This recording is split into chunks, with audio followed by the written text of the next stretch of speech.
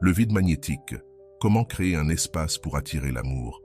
As-tu déjà réfléchi à la raison pour laquelle certaines personnes sont abandonnées et, plus tard, recherchées désespérément? 89% des relations qui se terminent pourraient être récupérées en utilisant un principe philosophique vieux de 2000 ans, que presque personne ne connaît. Et si je te disais que l'erreur la plus dévastatrice que tu commets n'est pas d'aimer trop, mais de donner ton pouvoir émotionnel à quelqu'un qui ne le mérite pas? Alors que tu continues à revisiter leur profil et à attendre ce message qui ne vient pas, il y a une vérité stoïque qui est en train de transformer des relations brisées en connexions indestructibles. La technique que je vais te révéler dans quelques minutes a été vérifiée par des psychologues modernes, mais dissimulée par les thérapeutes traditionnels. C'est le principe du vide magnétique, un concept qui fait que celui ou celle qui t'a rejeté aujourd'hui reviendra demain te chercher avec désespoir. Ce n'est pas de la manipulation, c'est une transformation intérieure si puissante qu'elle changera complètement la façon dont on te perçoit. Promets-moi qu'à la fin de cette vidéo, tu comprendras pourquoi ton ex reviendra, suppliant, non pas pour ce que tu feras, mais pour ce que tu deviendras. Écris maintenant dans les commentaires. Mon pouvoir est intérieur. Cet acte simple activera ton premier pas vers une transformation qui attirera irrésistiblement la personne qui t'ignore aujourd'hui. Le principe du vide magnétique.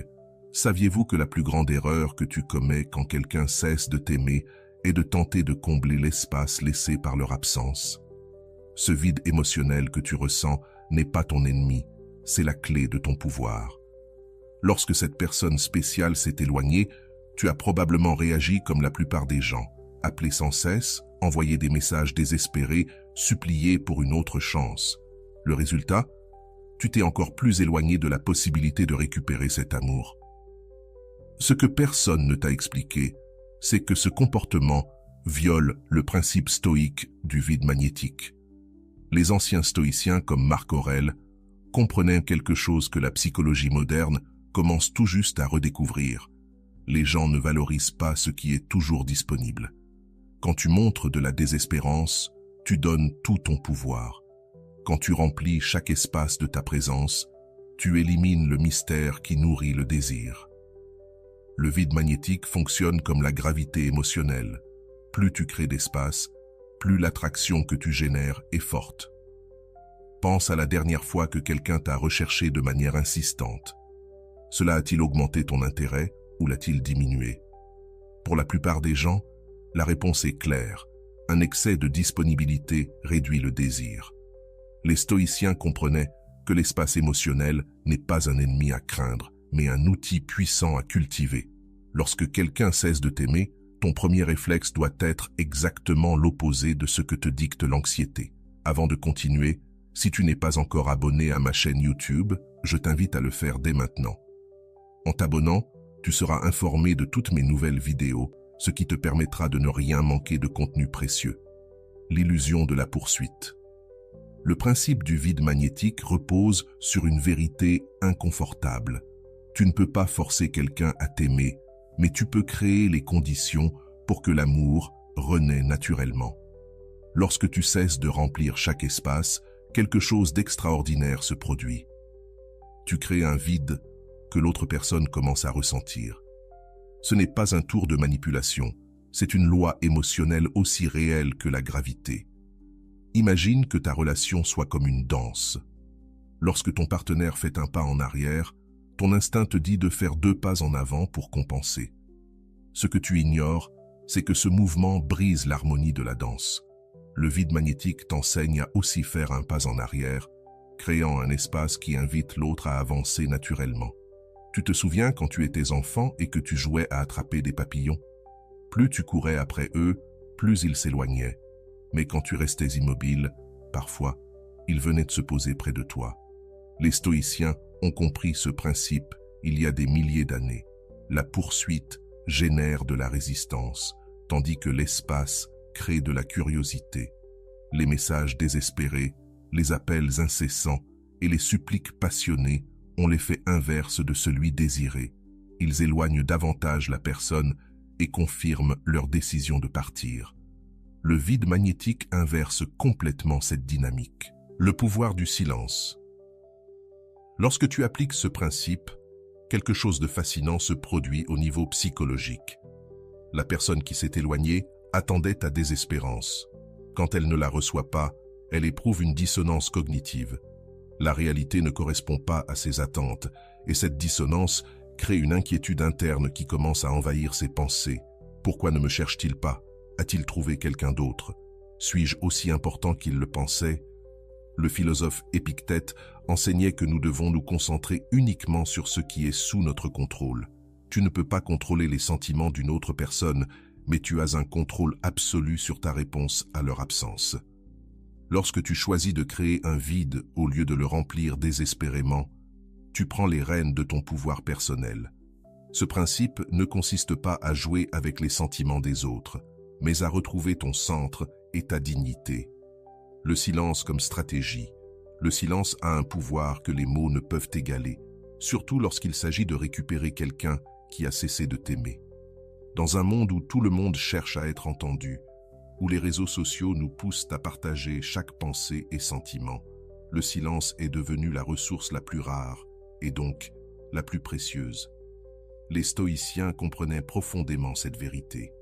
Lorsque tu apprends à te taire, tu apprends à influencer. Réfléchis à tes dernières communications avec cette personne qui s'est éloignée. Tu as probablement essayé d'expliquer, de convaincre, d'exprimer tes sentiments dans l'espoir de toucher son cœur. Ce que tu ne savais pas, c'est que chaque mot désespéré affaiblissait ta position. Le pouvoir du silence est la pratique stoïque de communiquer davantage avec moins, de permettre aux espaces entre les mots de parler pour toi. Quand quelqu'un s'éloigne et que tu réponds avec un silence digne, tu n'es pas passif. Tu actives l'une des forces les plus puissantes de la psychologie humaine, la curiosité. Créer un déséquilibre pour attirer l'attention. Le silence crée des questions là où les mots créeraient des réponses. Et ce sont les questions, et non les réponses, qui maintiennent l'intérêt vivant. Il y a une différence cruciale entre le silence comme tactique manipulatrice et le silence stoïque. Le premier cherche à punir et à provoquer une réaction, tandis que le second cherche à honorer ta dignité et à créer un espace pour une réflexion véritable. Il ne s'agit pas d'ignorer par vengeance, mais de reculer pour permettre à toi et à l'autre personne de vous voir avec clarté, sans la brume de la désespérance. Le silence crée un vide qui peut faire changer la dynamique de ta relation, transformant ainsi la manière dont tu es perçu. Si cette personne revient, elle le fera depuis un lieu de véritable intérêt, et si elle ne revient pas, tu auras récupéré ton pouvoir et serais prêt à attirer un amour véritable qui te valorisera. Ainsi, le vide magnétique et le silence sont des outils puissants pour transformer ta dynamique relationnelle. Ils ne sont pas des manipulations, mais des principes profonds qui te permettent de retrouver ton pouvoir intérieur et d'attirer à toi ce que tu désires vraiment sans avoir à te sacrifier. Le silence communique avec une force que les mots ne peuvent égaler. Il transmet le respect de soi, la force intérieure et une confiance tranquille en notre propre valeur. Ces qualités sont infiniment plus attractives que la nécessité ou la désespérance. Comme l'a écrit Marc Aurèle, il est mieux de garder le silence et d'être que de parler et de ne pas être. Lorsque tu appliques le pouvoir du silence, tu choisis d'être digne, être précieux, être complet par toi-même.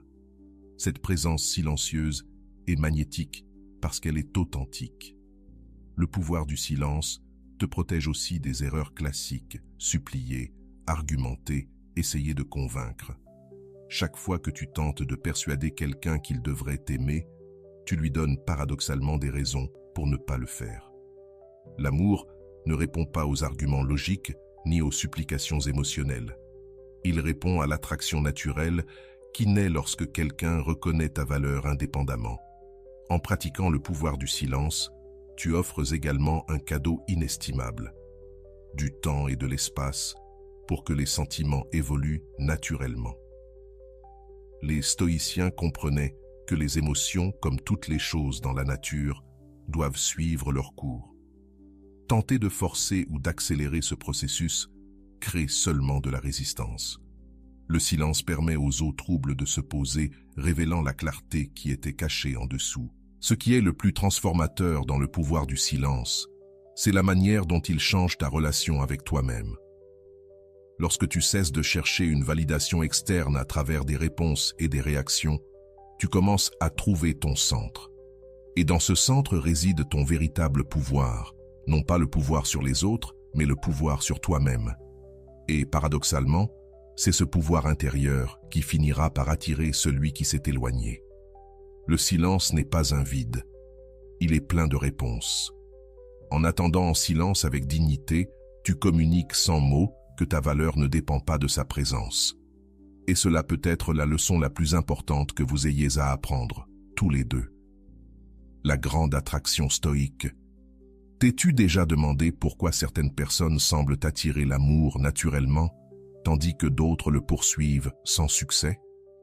Le secret ne réside pas dans ce qu'elles font, mais dans la manière dont elles se comportent vis-à-vis d'elles-mêmes.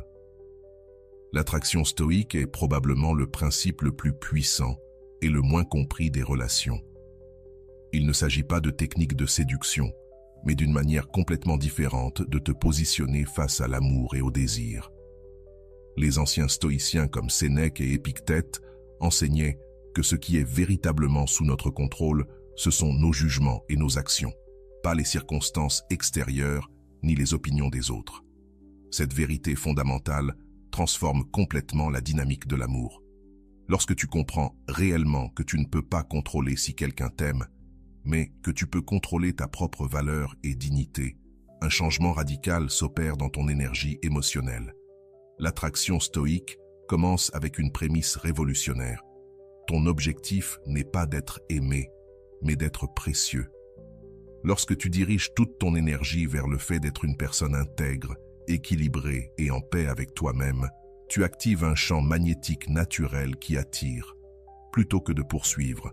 C'est comme la différence entre courir après un papillon ou créer un jardin qui les attire naturellement. Que faire lorsqu'une personne cesse de t'aimer? Ta réponse instinctive sera probablement d'essayer de démontrer ta valeur, de convaincre cette personne de combien tu es digne. Mais voici le paradoxe. Plus tu essaies de prouver ta valeur, moins tu sembles précieux. L'attraction stoïque inverse cette équation. Au lieu de chercher à démontrer ta valeur à celui qui t'a quitté, concentre-toi sur la reconnaissance de ta propre valeur, indépendamment de cette personne. Imaginons deux personnes qui ont été abandonnées par leur partenaire. La première passe chaque jour à tenter de récupérer cet amour.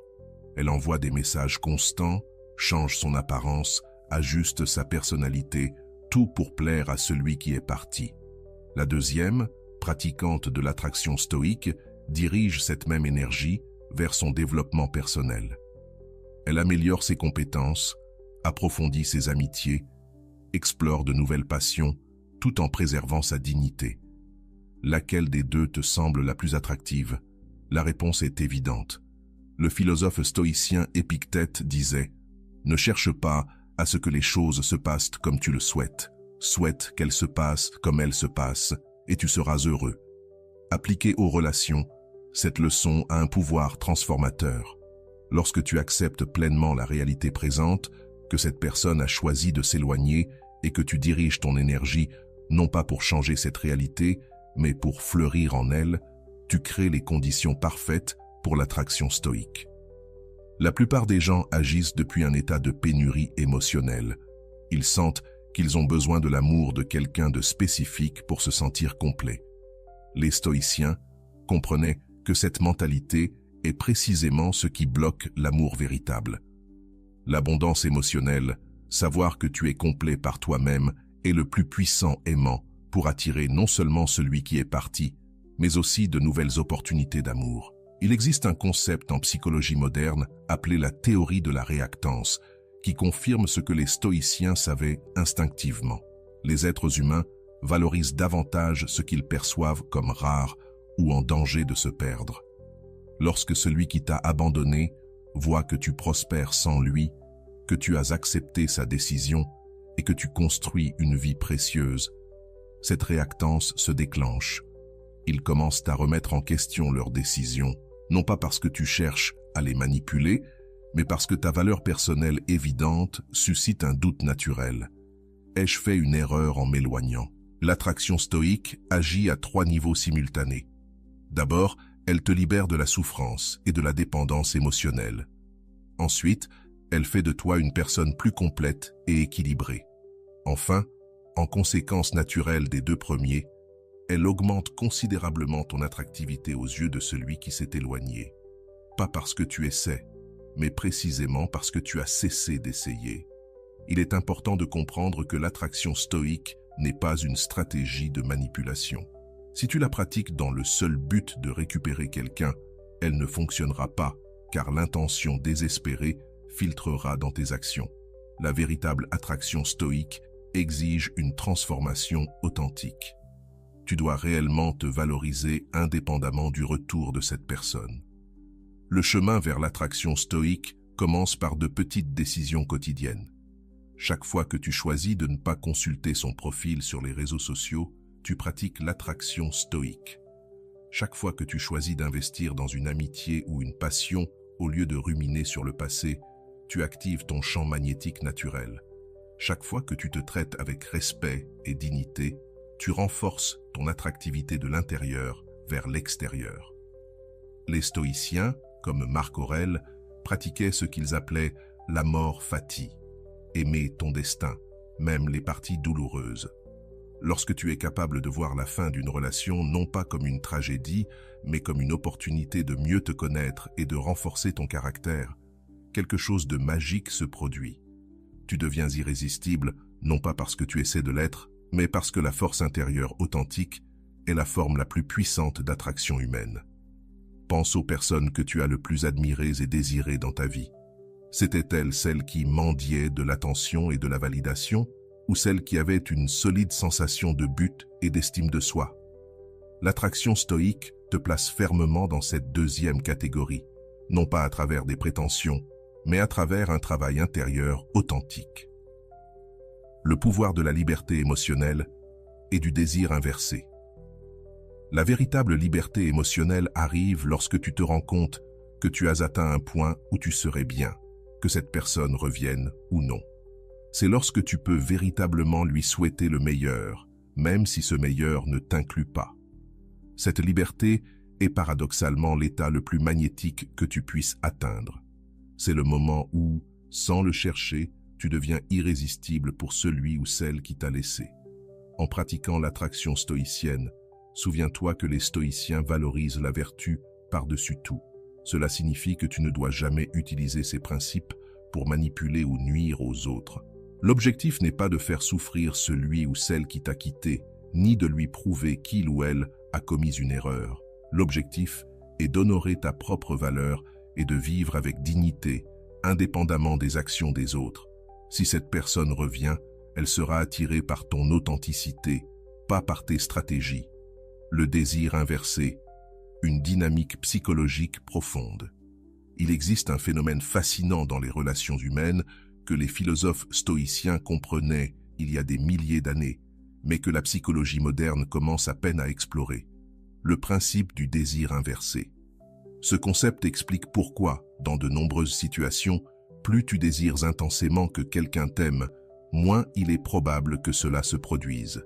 Et plus important encore, il révèle comment inverser cette dynamique peut transformer complètement une relation brisée. Le désir inversé n'est pas un tour ou une tactique manipulatrice, mais une profonde vérité psychologique sur la manière dont le désir humain fonctionne. Pour le comprendre, il faut d'abord saisir un paradoxe fondamental. Le désir humain ne répond pas à la logique, mais à la tension émotionnelle. Plus la tension entre la proximité et la distance est équilibrée, plus le désir est fort. Quand quelqu'un t'a cessé de t'aimer, ta réaction naturelle est d'augmenter la proximité. Appeler davantage, écrire plus, exprimer davantage tes sentiments. Ce que tu ne sais pas, c'est qu'en faisant cela, tu élimines toute la tension nécessaire pour que le désir fleurisse.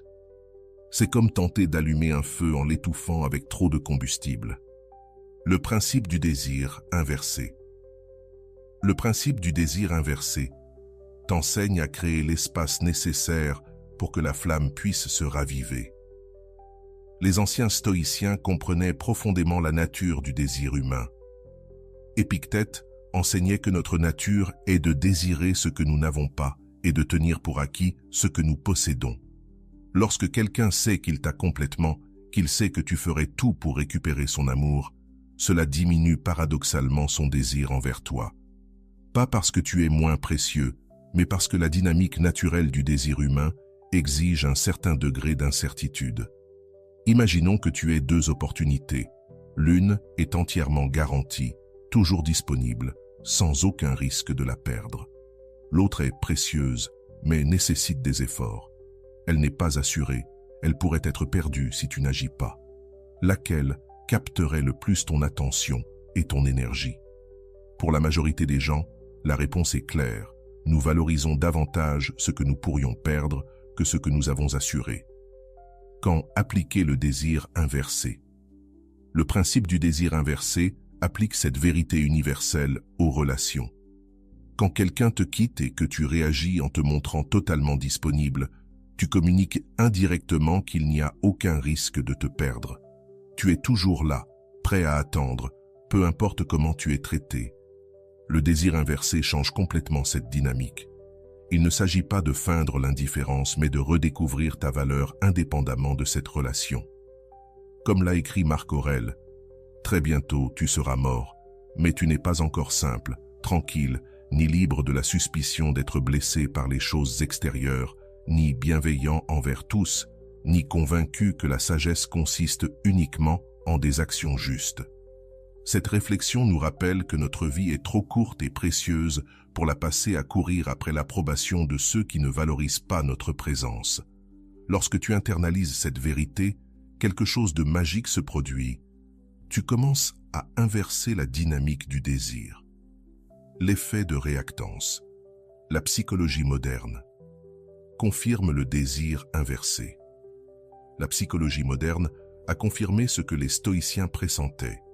Il existe un phénomène appelé l'effet de réactance qui fait que les gens valorisent davantage ce qu'ils pourraient perdre. Quand quelqu'un qui t'a cessé de t'aimer perçoit que tu ne l'attends plus désespérément, qu'il ou elle constate que tu avances réellement dans ta vie, une réponse psychologique naturelle se déclenche chez cette personne. Elle commence à remettre en question sa décision. Il n'est pas étonnant que de nombreuses personnes rapportent que leurs ex-partenaires les ont contactés précisément au moment où elles ont commencé une nouvelle relation ou lorsqu'elles ont manifestement surmonté la rupture. Ce n'est pas une simple coïncidence, ni un coup de malchance. C'est le principe du désir inversé en action. Le désir humain s'intensifie lorsqu'il perçoit qu'il pourrait perdre définitivement ce qu'il avait autrefois tenu pour acquis. Appliquer le désir inversé ne signifie pas jouer à des jeux émotionnels, ni simuler des sentiments que tu n'as pas. Les stoïciens valorisent avant tout l'honnêteté et l'intégrité. Il s'agit d'un changement authentique dans ta façon d'approcher la situation. Au lieu de concentrer ton énergie pour récupérer cette personne, tu la concentres sur toi-même, pour te reconstruire. Le changement authentique. L'activation du désir inversé. Imaginons que tu aies supplié de l'attention et de l'amour à une personne qui s'est éloignée. Un jour, tu prends la décision consciente de réinvestir cette énergie en toi-même. Tu commences à prendre soin de ta santé physique et émotionnelle, à te reconnecter avec des amis que tu avais négligés, à redécouvrir des passions que tu avais abandonnées. Tu construis une vie qui te rend heureux, indépendamment de si cette personne revient ou non. Ce changement authentique dans ton énergie et ton approche est exactement ce qui active le désir inversé. Ce qui est puissant avec le désir inversé, c'est qu'il fonctionne même si tu ne l'utilises pas intentionnellement pour récupérer celui ou celle qui t'a quitté. Quand tu te concentres vraiment à construire une vie précieuse pour toi-même, deux choses merveilleuses se produisent. Soit cette personne revient, attirée par ton énergie et ton authenticité renouvelée, soit tu réalises que tu n'as plus besoin qu'elle revienne, car tu as trouvé une plénitude qui ne dépend pas de sa présence. Les stoïciens enseignaient un concept appelé amor fati, l'amour du destin. Lorsque tu appliques ce principe à une rupture, tu comprends que même cette fin douloureuse peut être le début de quelque chose de beau. Peut-être que le but de cette personne dans ta vie n'était pas d'être ton partenaire pour toujours, mais de t'enseigner à te valoriser pleinement. Un avertissement sur le désir inversé. Il est important de noter que le désir inversé perd de son pouvoir lorsqu'il est utilisé comme une stratégie manipulatrice. Si tu fais semblant d'aller bien, tout en espérant secrètement que l'autre personne revienne, l'inauthenticité se manifestera dans tes actions et tes paroles. Le véritable pouvoir du désir inversé réside dans une transformation authentique. Tu dois véritablement commencer à valoriser ton indépendance émotionnelle plus que la récupération de cette relation. La manière la plus puissante d'activer le désir inversé est ce que les psychologues modernes appellent la congruence interne. Lorsque tes pensées, tes sentiments et tes actions sont alignés, tu n'agis pas comme si tu avais surmonté la rupture tout en étant intérieurement désespéré. Le travail réel consiste à reconstruire ta relation avec toi-même jusqu'au point où tu es réellement en paix avec n'importe quel résultat. Souviens-toi des mots d'Épictète. Ce n'est pas ce qui t'arrive, mais comment tu réagis à ce qui t'arrive, qui compte. La personne qui t'a quitté ne t'aimera pas avec désespoir et persécution. Lorsque tu réagis avec dignité et respect de toi-même, non seulement tu défies ses attentes, mais tu crées un espace où le désir naturel peut refleurir. Dans cette partie, nous allons explorer un principe puissant qui peut transformer profondément vos relations et vous rendre irrésistibles. L'absence irrésistible. Ce n'est pas un changement qui se produit du jour au lendemain, mais plutôt un processus graduel. Il commence avec de petites décisions quotidiennes. Chaque fois que vous choisissez de ne pas consulter son profil sur les réseaux sociaux, chaque fois que vous décidez de ne pas envoyer ce message impulsif, chaque fois que vous investissez dans votre propre croissance au lieu de ressasser le passé, vous activez le principe du désir inversé. Ce qui est vraiment transformateur avec ce principe, c'est qu'il vous mène vers un état de liberté émotionnelle plus grande, peu importe le résultat, avec cette personne spécifique. Et cette liberté, cette capacité d'être complet par vous-même, est ce qui vous rend irrésistiblement attrayant, non seulement pour celui ou celle qui vous a quitté, mais aussi pour toutes les personnes qui entreront dans votre vie. L'absence irrésistible. Avez-vous remarqué que parfois, nous valorisons davantage ce que nous n'avons pas que ce que nous possédons? Que la distance, d'une manière ou d'une autre, peut augmenter le désir au lieu de le diminuer. Ce phénomène n'est pas une coïncidence, ni un simple caprice du cœur humain. C'est le principe stoïque de l'absence irrésistible, une force si puissante qu'elle peut totalement transformer la dynamique d'un amour perdu. Lorsque quelqu'un que nous aimons décide de s'éloigner, notre instinct primaire est de réduire cette distance. Nous appelons, écrivons et nous nous rendons dans des endroits où nous savons que cette personne sera. Ce que nous ne comprenons pas, c'est que ces actions, issues de la peur de perdre, accélèrent en réalité cette perte. L'absence irrésistible fonctionne selon une logique totalement différente. Parfois, pour rapprocher quelqu'un, vous devez vous permettre d'être véritablement absent. Les anciens stoïciens comprenaient quelque chose que la psychologie moderne confirme. L'être humain a tendance à prendre pour acquis ce qui est toujours disponible. Sénèque, le philosophe, écrivait « Valorise davantage le temps que les objets matériels. Aujourd'hui, nous désirons ce que nous ignorions hier. » Cette sagesse s'applique parfaitement aux relations humaines. Quand vous êtes toujours présent, cette présence perd de sa valeur. Mais quand vous créez un espace d'absence authentique, cet espace se remplit naturellement de curiosité et de désir. Imaginez votre relation comme une pièce. Tant que vous y êtes, l'autre personne ne voit peut-être pas pleinement l'importance de l'espace que vous occupez. Votre rire, votre soutien, vos petites attentions font partie du paysage quotidien. Ce n'est que lorsque vous quittez réellement cette pièce, quand votre absence devient tangible, que l'espace vide commence à parler. Subitement, la chaise où vous vous asseyez semble étrangement vide. Le silence qui se trouvait dans votre voix devient assourdissant. L'absence irrésistible ne consiste pas simplement à disparaître physiquement. Il s'agit de créer un vide émotionnel authentique qui permette à l'autre personne de ressentir pleinement ce que signifie votre absence dans sa vie. Ce n'est pas un acte de vengeance ni de manipulation. c'est permettre à la réalité naturelle de la perte de se faire ressentir. Marco Aurelio enseignait que ce qui entrave l'action devient souvent le chemin. Cela s'applique aussi aux relations. La séparation elle-même peut devenir un pont vers une nouvelle connexion. Lorsque vous arrêtez de lutter contre la séparation et que vous l'acceptez comme partie intégrante du processus naturel, quelque chose d'extraordinaire se produit.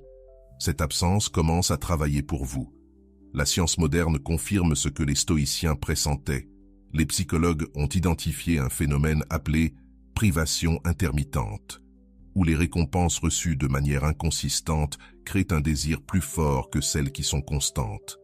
Quand vous êtes toujours disponible, toujours prompte à répondre, vous suivez un schéma de récompense constante. Mais l'absence irrésistible rompt ce schéma, créant un espace où le désir peut naturellement croître. Il est important de comprendre que l'absence irrésistible n'est pas un jeu de se faire désirer. Ce n'est pas une question de calculer combien de temps attendre avant de répondre à un message ou combien de jours disparaître avant de revenir. Ces tactiques superficielles échouent souvent parce qu'elles manquent d'authenticité. La véritable absence irrésistible vient d'un lieu de respect authentique pour soi-même. Vous ne disparaissez pas pour manipuler, vous disparaissez pour honorer votre propre valeur et permettre à chacun de vivre la vérité de la séparation. Comment pratiquer l'absence irrésistible de manière authentique? Cela commence par accepter pleinement la décision de l'autre personne de s'éloigner. Plutôt que de lutter contre cela, permettez-vous de ressentir la tristesse qui l'accompagne, mais pas depuis un endroit de victimisation. Au contraire, faites-le avec dignité. Ensuite, consciemment, offrez-vous l'espace nécessaire pour guérir et grandir. Il ne s'agit pas de disparaître en attendant une réaction, mais de le faire parce que vous avez besoin de cet espace pour vous-même. Durant cette période d'absence, quelque chose de transformateur se produit, à la fois en vous et dans la personne qui s'est éloignée. Pour vous, c'est un temps de redécouverte personnelle. Vous commencez à vous rappeler qui vous étiez avant cette relation, ce qui vous passionnait, quels étaient vos rêves. Pour l'autre personne, c'est un temps de confrontation avec ce que signifie votre absence. Sans vos messages constants, sans votre présence disponible, ils sont forcés de ressentir le vide créé par leurs décisions. Les stoïciens enseignaient que nous devions nous concentrer sur ce qui est sous notre contrôle et accepter ce qui ne l'est pas.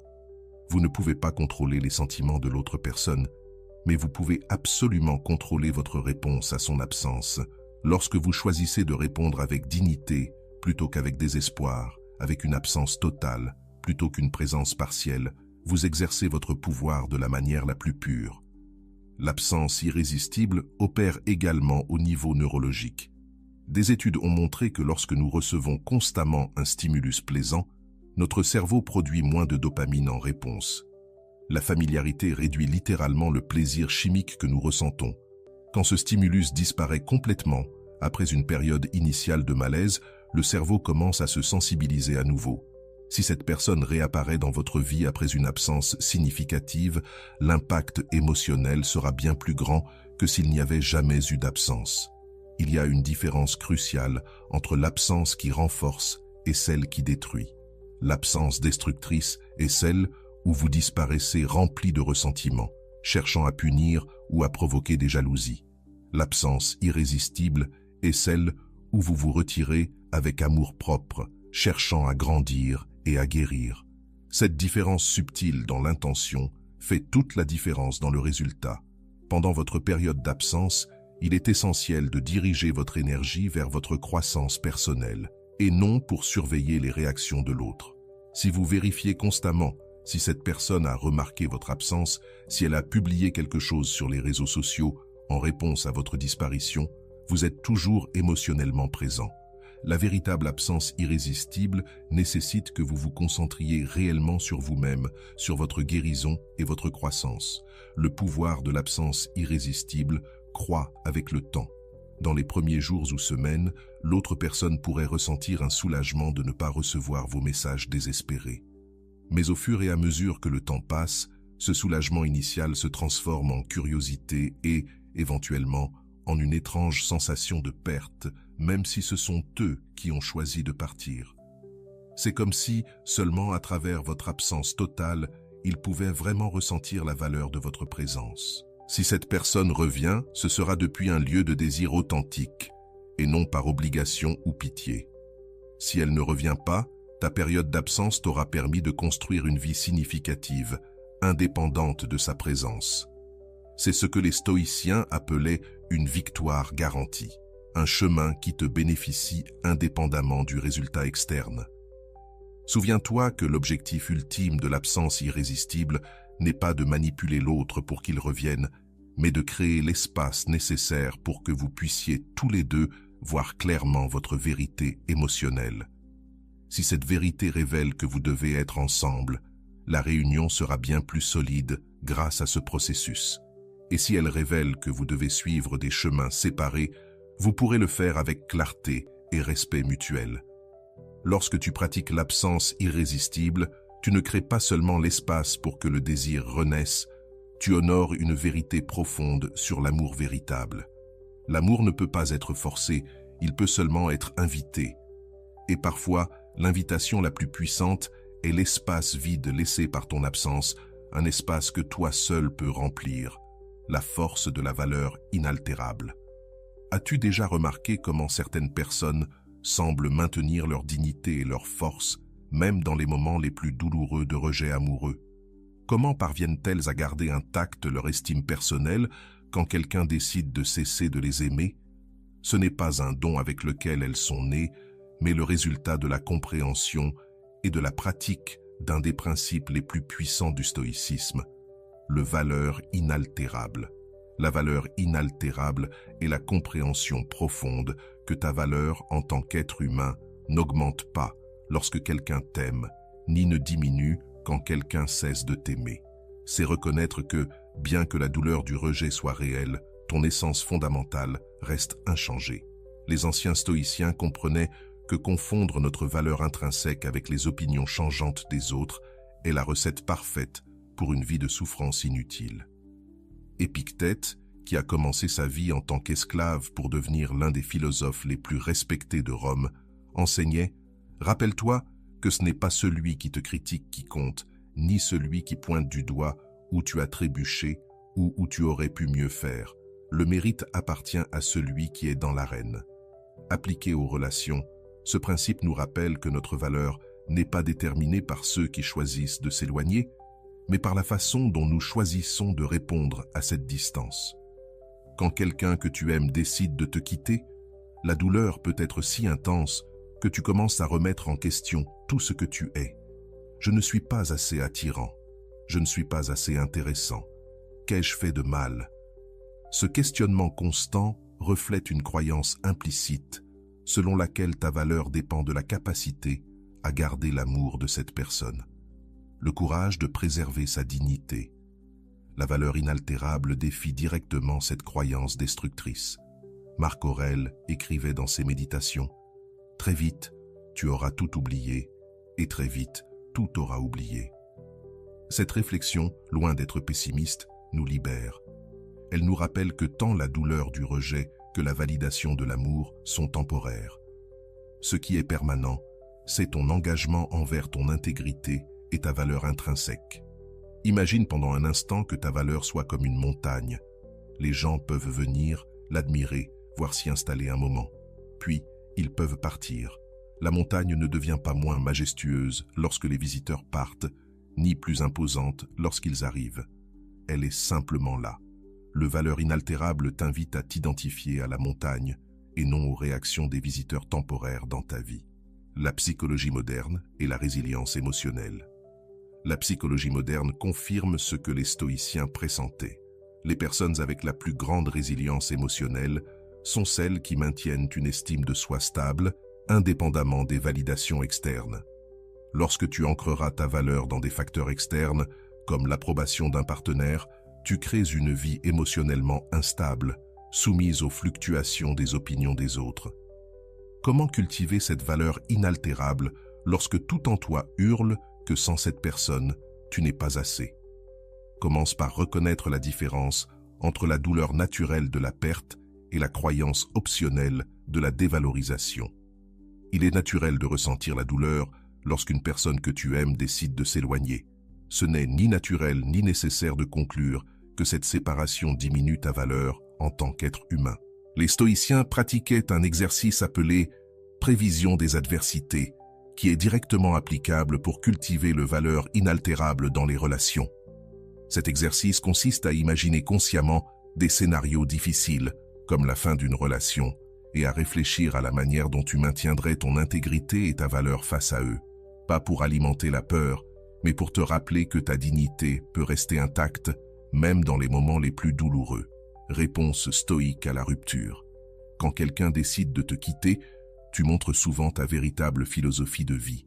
Si tu crois que ta valeur dépend de l'amour de cette personne spécifique, tu supplieras, mendieras et compromettras ta dignité pour essayer de récupérer cet amour.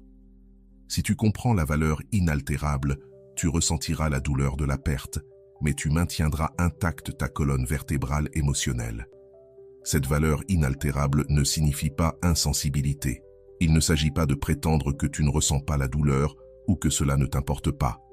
Les stoïciens n'ont jamais prôné la suppression des émotions, mais plutôt une relation plus consciente avec elles. Tu peux ressentir profondément la tristesse de la séparation, tout en sachant fondamentalement que cette séparation ne définit pas ta valeur. Une manifestation pratique de la valeur inaltérable est la manière dont tu te comportes après une rupture. Quelqu'un qui a internalisé ce principe n'enverra pas de message suppliant, ni ne promettra de changer totalement pour satisfaire l'autre. À la place, cette personne exprimera ses sentiments avec dignité, respectera la décision de l'autre et maintiendra ses propres limites saines. Cette réponse équilibrée est souvent bien plus attrayante que les supplications désespérées. Le valeur inaltérable se manifeste également dans la manière dont tu te traites pendant le processus de guérison. Quand ta valeur dépend de l'amour d'une autre personne, son absence peut déclencher des comportements autodestructeurs. Négliger ta santé, t'isoler socialement, ruminer constamment sur le passé. Le valeur inaltérable te rappelle que tu mérites soin et respect, particulièrement quand tu es blessé, et t'encourage à te traiter avec la même considération que tu montrerais à un ami cher dans une situation similaire. Les stoïciens comprenaient quelque chose de profond à propos des relations humaines. Souvent, nous désirons des personnes qui montrent une ferme estime d'elles-mêmes et une conscience de soi. Quand tu montres que ta valeur reste intacte, même après le rejet, tu crées un type d'attraction fondée non sur le besoin, mais sur une force authentique. Ce n'est pas une coïncidence si beaucoup de personnes rapportent que leurs ex les ont contactées précisément quand elles ont commencé à vivre pleinement à partir de leurs valeurs inaltérables. Libération émotionnelle et attraction authentique. Ce principe transforme également la manière dont tu interprètes le comportement de ceux qui se sont éloignés.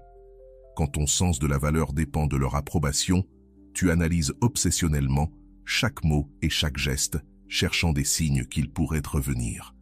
Le valeur inaltérable te libère de cette surveillance constante et te permet de voir cette personne pour ce qu'elle est réellement, et non comme la source de ta validation. La paradoxe du valeur inaltérable est que, en te détachant du besoin de récupérer cet amour spécifique, tu crées souvent les conditions pour que cet amour puisse renaître. Pas parce que tu l'essaies, mais parce que la véritable valeur, qui ne dépend pas de la validation extérieure, est naturellement magnétique. Notre vie, notre intégrité fondamentale, ne dépend d'aucune de ces choses. Cultiver un courage inébranlable est un processus, pas un événement. Il y aura des jours où tu te sentiras totalement centré sur ta valeur intrinsèque et d'autres où la douleur du rejet remettra en question ta propre valeur. L'important n'est pas la perfection sur ce chemin, mais la direction. Chaque fois que tu choisis de te rappeler de ta valeur indépendamment de l'amour d'une autre personne, tu renforces cette conviction. Ce qui est le plus transformateur dans le courage inébranlable, c'est la manière dont il affecte non seulement tes relations amoureuses, mais toute ta vie. Quand tu cesses de dépendre de la validation externe pour te sentir précieux, tu deviens plus authentique dans toutes tes interactions. Tu prends des décisions basées sur tes valeurs et non sur la peur du rejet. Paradoxalement, cette authenticité te rend beaucoup plus attirant, non seulement pour la personne qui t'a quitté, mais aussi pour tous ceux qui recherchent des connexions authentiques. Connexion inévitable. As-tu remarqué que certaines personnes semblent avoir un pouvoir magnétique pour se reconnecter avec ceux qui les ont quittés? Ce n'est ni un hasard, ni de la chance. C'est le résultat de comprendre et d'appliquer un principe stoïcien qui transforme complètement la dynamique de toute relation. La connexion inévitable. Ce concept explique pourquoi parfois, la personne qui avait juré de ne jamais revenir finit par revenir avec plus de force et de conviction qu'auparavant. La connexion inévitable repose sur une vérité profonde que les stoïciens ont comprise il y a des siècles. Les êtres humains sont naturellement attirés par ce qui reflète notre meilleur soi possible. Lorsque quelqu'un te quitte, généralement, il le fait parce que la dynamique de la relation mettait en lumière des aspects que ni l'un ni l'autre ne souhaitait voir: insécurité, dépendance, limitation. La connexion inévitable se produit lorsque tu transformes cette dynamique de l'intérieur vers l'extérieur. Le philosophe stoïcien Épictète, qui a commencé sa vie comme esclave avant de devenir le maître des empereurs, enseignait que ce ne sont pas les choses en elles-mêmes qui nous perturbent, mais les opinions que nous avons à leur sujet. Appliqué aux relations, cela signifie que ce n'est pas la séparation en elle-même qui détermine l'avenir de la connexion, mais la manière dont tu choisis de l'interpréter et d'y répondre. Quand tu vois la séparation non pas comme la fin définitive, mais comme un espace nécessaire pour la transformation, tu actives la connexion inévitable. Imagine un instant que ta relation soit comme un pont qui s'est effondré. La plupart des gens, dans leur désespoir, tentent de reconstruire exactement le même pont qui est tombé, en utilisant les mêmes matériaux fragiles, le même design défectueux. La connexion inévitable t'invite à faire quelque chose de complètement différent. Ne pas reconstruire l'ancien pont, mais en créer un nouveau, plus solide et plus beau que l'ancien, un pont que l'autre personne ressentira naturellement le désir de traverser. Comment construire ce nouveau pont? Tout commence par une compréhension fondamentale. La personne qui t'a quitté ne rejetait pas ton essence, mais la dynamique qui existait entre vous. Cette distinction est cruciale. Ton essence reste précieuse et belle. La dynamique, comment vous interagissez, quel schéma vous aviez créé ensemble, c'est cela qui doit être transformé. Marc Aurèle enseigne que l'obstacle à l'action fait avancer l'action.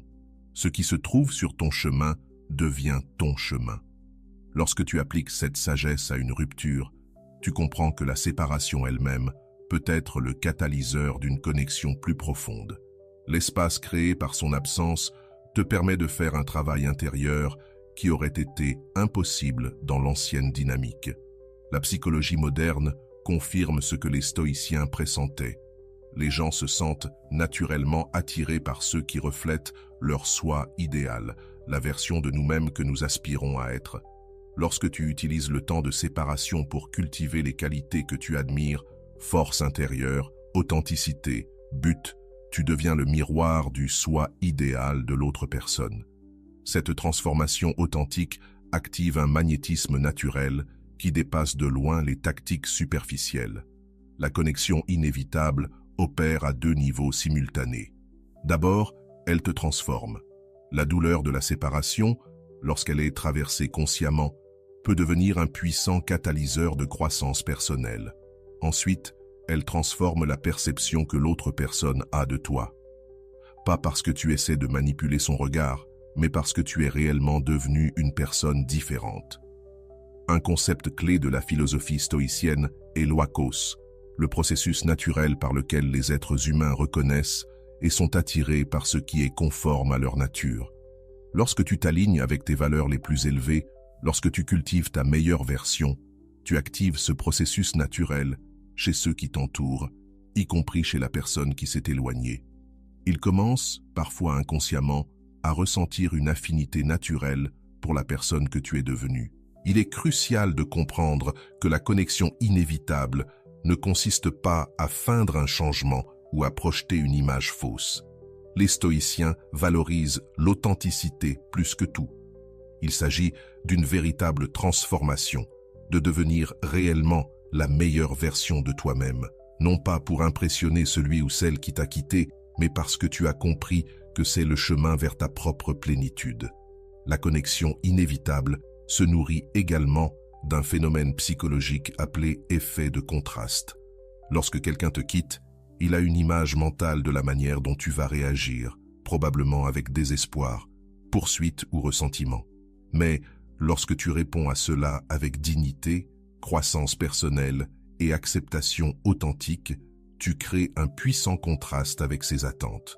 Ce contraste suscite une curiosité irrésistible. Que s'est-il passé? Comment a-t-il réussi à se transformer ainsi? Un autre élément crucial de la connexion inévitable est la patience stoïcienne. Nous vivons dans une culture de gratification instantanée qui nous fait croire que tout, y compris la reconnexion avec un amour perdu, devrait se faire rapidement. Les stoïciens comprenaient que les processus les plus précieux prennent du temps. La véritable transformation ne se fait pas du jour au lendemain et la reconnexion authentique non plus. La connexion inévitable fleurit précisément parce que tu donnes au processus le temps dont il a besoin sans le forcer. Imagine un instant que tu as planté une graine. Tu peux être impatient de voir la plante grandir. Tu pourrais même être tenté de déterrer la graine pour vérifier si elle germe, mais la sagesse du jardinier consiste à savoir que chaque graine a son propre rythme. Ton travail n'est pas de forcer la croissance, mais de créer les conditions adéquates, une bonne terre, de l'eau et une lumière suffisante. La connexion inévitable fonctionne de la même manière. Ton travail n'est pas de forcer la connexion, mais de créer les conditions internes pour qu'elle puisse fleurir naturellement. Un aspect particulièrement puissant de la connexion inévitable est la manière dont elle transforme la communication lorsqu'elle finit par se produire. Lorsque tu interagis depuis un lieu de plénitude intérieure, au lieu de besoins désespérés, chaque mot, chaque geste, chaque silence a une qualité totalement différente. Tu n'essaies pas de convaincre ou de persuader, tu es simplement ta version la plus authentique et centrée. Cette authenticité a un pouvoir magnétique que les mots calculés ne pourront jamais égaler. Les stoïciens enseignaient que nous devons nous concentrer sur notre cercle d'influence, ce que nous pouvons contrôler. Dans cette partie, nous allons explorer un principe essentiel, la connexion inévitable, un concept qui nous enseigne que bien que nous ne puissions pas contrôler directement les actions des autres, nous avons un contrôle total sur notre propre évolution. Nous ne pouvons pas forcer quelqu'un à revenir, mais nous pouvons, par notre propre développement personnel, créer une attraction magnétique. Ce processus d'évolution intérieure transforme notre réalité et, souvent, nous permet d'influencer indirectement ce qui semble hors de notre contrôle. Le premier principe de la connexion inévitable est de se concentrer sur ce que nous pouvons réellement contrôler, notre propre croissance, dignité et force intérieure. Lorsque nous dirigeons toute notre énergie vers cette évolution personnelle, il est souvent possible d'influencer positivement les situations qui semblaient initialement au-delà de notre portée. Cette dynamique ne se limite pas seulement à des principes philosophiques, mais elle s'enracine également dans des études neurologiques. Des recherches ont démontré que le cerveau humain valorise davantage ce qui évolue positivement, comparé à ce qui reste statique. En évoluant intérieurement, nous activons un mécanisme neurologique qui nous rend plus attrayants aux yeux des autres, non pas parce que nous changeons physiquement, mais parce que nous devenons des versions plus fascinantes de nous-mêmes. Un autre aspect fondamental de ce processus est le concept stoïque de l'amour fati, ou l'amour de son destin. Cela implique d'accepter pleinement la situation actuelle, y compris les séparations douloureuses, et de créer l'espace nécessaire à la transformation. Cette approche n'est pas une résignation passive, mais une acceptation active. Elle consiste à voir chaque épreuve comme une opportunité d'évolution, plutôt que comme une malédiction. En pratiquant cette forme d'acceptation active, on cesse de chercher désespérément la personne perdue et on se concentre sur le fait de devenir la meilleure version de soi-même. Cette transformation personnelle devient alors un catalyseur pour l'attraction, car ce que l'on recherche réellement n'est pas la personne en soi, mais la sensation de complétude et de connexion que l'on croit que cette personne nous apportait. Ce processus de transformation révèle une vérité essentielle. Cette complétude a toujours été en nous, attendant d'être activée. L'idée d'un retour désespéré peut paraître irréaliste, mais elle est tout à fait réalisable lorsque l'on applique les principes stoïciens de transformation personnelle. Quand une personne nous quitte, notre instinct naturel nous pousse à nous demander comment la faire revenir. Cependant, cette question nous place immédiatement dans une position de faiblesse. Les stoïciens inversent cette dynamique en posant une question différente. En qui dois-je devenir pour attirer naturellement ce que je désire? En se concentrant sur cette transformation personnelle, l'attrait devient irrésistible. Le philosophe Épictète disait « Dites d'abord à vous-même quel genre de personne vous voulez être, puis faites ce que vous devez faire. » Cette sagesse stoïque s'applique parfaitement dans le contexte de la séparation. Plutôt que de se concentrer sur la reconquête de la personne, il s'agit de se concentrer sur la reconstruction de soi. Une transformation authentique est ce qui peut éventuellement faire revenir une personne, non par pitié ou par obligation, mais par un désir sincère. Il est important de noter que le retour ne se produit pas en raison de changements superficiels comme une amélioration physique ou de nouvelles compétences. Il se produit parce qu'une dynamique psychologique profonde a été activée. Nous, en tant qu'êtres humains, avons une tendance naturelle à valoriser ce que nous avons perdu, particulièrement lorsque nous voyons que cela a évolué au-delà de notre perception initiale. Comme l'a écrit Marc Aurèle, « Si quelque chose d'extérieur te fait souffrir, ce n'est pas cela qui te perturbe, mais ton propre jugement à ce sujet, et il est en ton pouvoir de le révoquer maintenant. » Appliquer cette idée au retour d'une personne permet de comprendre que ce n'est pas la séparation qui nous perturbe, mais notre jugement erroné sur ce qu'elle signifie pour notre valeur personnelle. Lorsque nous annulons ce jugement erroné et que nous reconnaissons notre valeur intrinsèque, nous commençons à générer un champ d'attraction irrésistible. Imaginez avoir deux versions de vous-même, l'une abandonnée, pleine de besoins désespérés et d'estime de soi faible, l'autre transformée, centrée sur sa propre valeur, en constante évolution, vivant une vie pleine, indépendamment de la présence de cette personne. Quelle version de vous-même semble la plus attractive? La réponse est évidente, et elle est la même pour celui qui vous a quitté. La psychologie moderne a validé ce que les stoïciens savaient intuitivement. Il existe un phénomène appelé aversion à la perte, où les humains ressentent plus intensément la douleur de perdre quelque chose qu'ils possédaient que le plaisir d'acquérir quelque chose de valeur égale.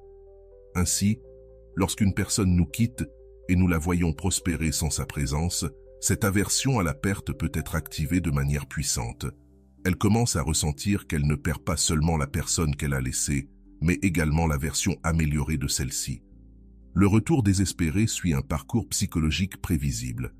Initialement, la personne qui vous a quitté ressent un soulagement, mais, avec le temps, en observant votre transformation authentique, elle ressent de la curiosité. Cette curiosité se transforme en doute sur sa décision et peut éventuellement se transformer en un désir de reconnexion. Il est crucial de comprendre que le retour désespéré ne peut être forcé. Les stoïciens enseignaient que nous devons nous concentrer uniquement sur ce qui est sous notre contrôle. Vous ne pouvez pas contrôler si cette personne reviendra ou non, mais vous avez un contrôle total sur votre propre évolution et dignité. Paradoxalement, c'est précisément en se concentrant sur soi-même et non sur l'issue souhaitée que vous créez les conditions pour le retour désespéré. Ce processus fait partie d'une dynamique psychologique qui est plus puissante que ce que l'on pourrait imaginer. Lorsque vous vous engagez dans ce chemin de transformation intérieure, vous n'êtes pas seulement en train de changer votre vie, mais aussi de créer un champ d'attraction irrésistible pour ceux qui vous ont quitté. Le malaise mental que nous ressentons survient lorsque nos actions vont à l'encontre de nos croyances. Lorsque quelqu'un nous quitte, il le fait généralement avec une narration interne qui justifie sa décision. Nous n'étions pas compatibles. Je ne ressentais pas suffisamment. Il y a des problèmes irrésolubles. Mais quand tu te transformes, cette narration commence à s'effondrer, créant une dissonance qui cherche à être résolue. Souvent, la seule manière de résoudre cette dissonance est de reconsidérer la décision initiale. Le philosophe disait que la plupart de nos préoccupations sont davantage liées à la perception qu'à la réalité. Lorsque quelqu'un te quitte, il le fait en fonction de sa perception de qui tu es et de ce que représente la relation. Le retour désespéré se produit lorsque cette perception change radicalement, non pas parce que tu cherches à manipuler son point de vue, mais parce que tu t'es véritablement transformé en une personne différente. La patience est absolument cruciale dans le processus du retour désespéré. Nous vivons dans une culture de solutions rapides qui nous fait croire que tous les problèmes, y compris ceux du cœur, doivent se résoudre instantanément. Les stoïciens comprenaient que les processus les plus précieux nécessitent du temps. La transformation authentique ne se fait pas du jour au lendemain, et le véritable retour désespéré non plus. Le véritable retour désespéré se produit précisément parce que tu as donné au processus le temps nécessaire pour se développer naturellement. Un aspect particulièrement puissant de ce retour est la manière dont il inverse la dynamique de pouvoir dans la relation. Initialement, lorsque tu as été quitté, tout le pouvoir semblait être du côté de celui qui a pris la décision de partir. Mais lorsque le retour désespéré survient, la dynamique s'équilibre, non pas parce que tu as essayé de manipuler ou de contrôler, mais parce que tu as récupéré ton pouvoir personnel grâce à une croissance authentique. Tu n'es plus quelqu'un qui a désespérément besoin de son retour. Tu es quelqu'un qui choisit consciemment s'il veut ou non qu'il revienne. Il est important de comprendre que le retour désespéré ne se manifeste pas toujours de manière dramatique, avec un « s'il te plaît, reviens avec moi ». Parfois, cela commence de manière subtile, un message apparemment anodin après des mois de silence, un « je pensais à toi » inattendu, un essai pour maintenir un lien quelconque. Ces petits gestes sont souvent les premiers signes que la graine du retour désespéré commence à germer. Pour recevoir plus de contenu transformateur comme celui-ci, qui changera à jamais ta manière de comprendre les relations et l'amour-propre à travers la philosophie stoïcienne, abonne-toi dès maintenant à notre chaîne. À chaque nouvelle vidéo, tu découvriras des principes millénaires qui te donneront le pouvoir d'attirer un amour véritable et de récupérer des connexions perdues. Active la cloche de notification et rejoins notre communauté de personnes qui ont découvert le secret pour ne plus jamais supplier pour l'amour.